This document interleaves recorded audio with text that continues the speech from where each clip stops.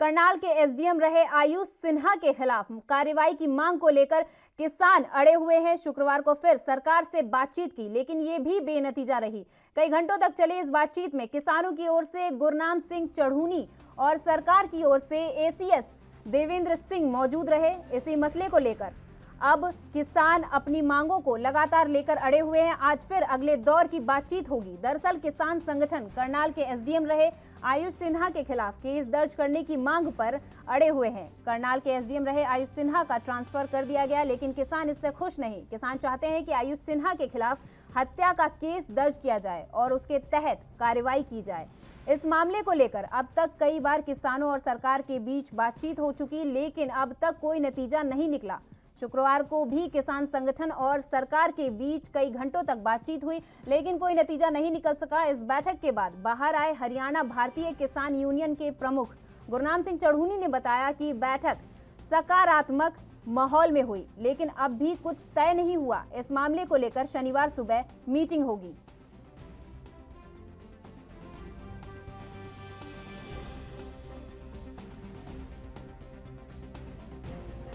जा सकता है।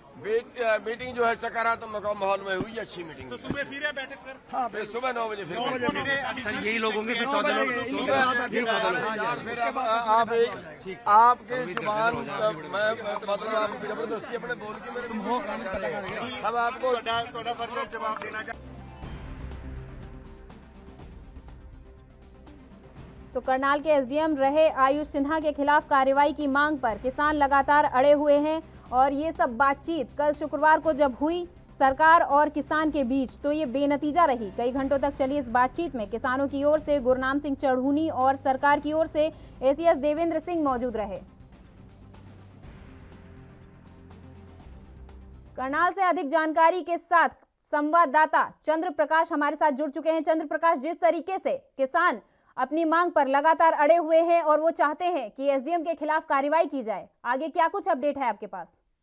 जी प्रियंका, बताना चाहूंगा कि पहला अपडेट ये है कि मीटिंग का समय जो 9 बजे था 9:30 कर दिया गया है, क्योंकि अभी किसान मोर्चा के पदाधिकारी नहीं पहुंचे हैं और बारिश भी हो रही है। ऐसे में जो बैठक थी किसान मोर्चा प्रशासन की, उसका समय 9:30 बजे कर दिया गया है। इसके अलावा यहाँ बारिश हो रही है और किसान यहाँ कहाँ कहते हैं, क्योंकि जो टेंट था वो वाटरप्रूफ नहीं पहन था और ऊपर से जो पुलिस कर्मचारी हैं वो बारिश की परवाह न करते हुए सुरक्षा कर्मचारी सीआरपीएफ बीएसएफ के बारिश के बावजूद अपने मोर्चे पर डटे हुए हैं। इस तरीके से चंद्र प्रकाश, किसान नेता इस मामले की न्यायिक जांच करवाना चाहते हैं। मुख्य सचिव के आदेश पर डीसी करनाल द्वारा जो जांच की जा रही है उससे किसान नाखुश दिख रहे हैं। देखिए, किसान नाखुश हैं, लेकिन किसानों के पास भी अब कोई चारा नहीं है, क्योंकि लंबे समय तक यहाँ बैठना और बिना हिंसा के बैठना और अपने कार्यकर्ताओं को संभालना इतना आसान नहीं है, क्योंकि नेता नहीं चाहते कि उनका आंदोलन हिंसक हो। और जो लोग यहाँ किसान बैठे हैं वो इस समस्या का हल चाहते हैं। उनका कहना है कि अगर हम यहाँ बैठे हैं तो हल करके जाए समस्या का। ऐसे में अगर समस्या का हल नहीं होगा और कार्यकर्ताओं किसानों को संभालना मुश्किल रहेगा, क्योंकि जरा सी भी हिंसा हुई तो पूरा किसान आंदोलन का ताना बाना बिगड़ सकता है। ऐसे में किसान नेता भी चाहते हैं कि किसी भी तरह इस समस्या का हल निकले और इसी बात को लेकर प्रशासन भी चाहता है कि समस्या दूर। जब दोनों पक्ष की एक इच्छा हो कि समस्या ना रहे तो निश्चित रूप से समस्या और इस गतिरोध को दूर करने का प्रयास सामूहिक रूप से दोनों तरफों से किया जा रहा है, दोनों पक्षों से किया जा रहा है। और उम्मीद है कि आज 9:30 बजे की जो कार्यकर्ता किसानों के साथ बैठक है प्रशासन की, उसमें कोई अहम फैसला हो जाएगा और जहाँ तक संभावना है गतिरोध खत्म होने की संभावनाएं कहीं ज्यादा है, गतिरोध आगे बढ़ने की बजाय।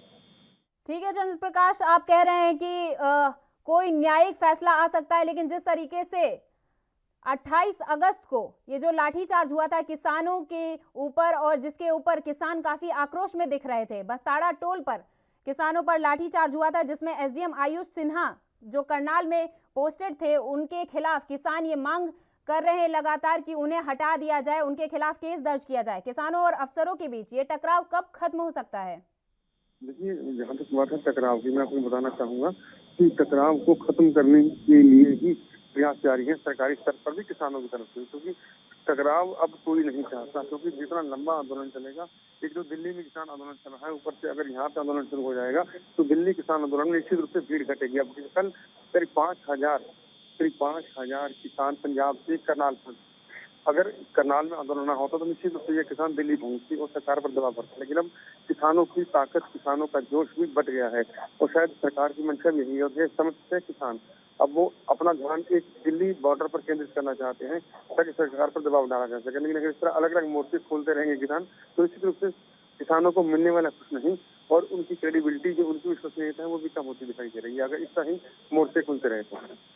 ठीक है, एसडीएम के खिलाफ लेकिन जिस तरीके से कार्रवाई की मांग पर किसान अड़े हुए हैं, मामले की न्यायिक जांच चाहते हैं, मृतक किसान सुशील काजल के आश्रितों को मुआवजा व नौकरी चाहते हैं और अन्य गंभीर घायल किसानों को भी मुआवजे की मांग पर ये जो किसान अड़े हुए हैं, क्या लगता है आपको उन्हें न्याय मिलेगा?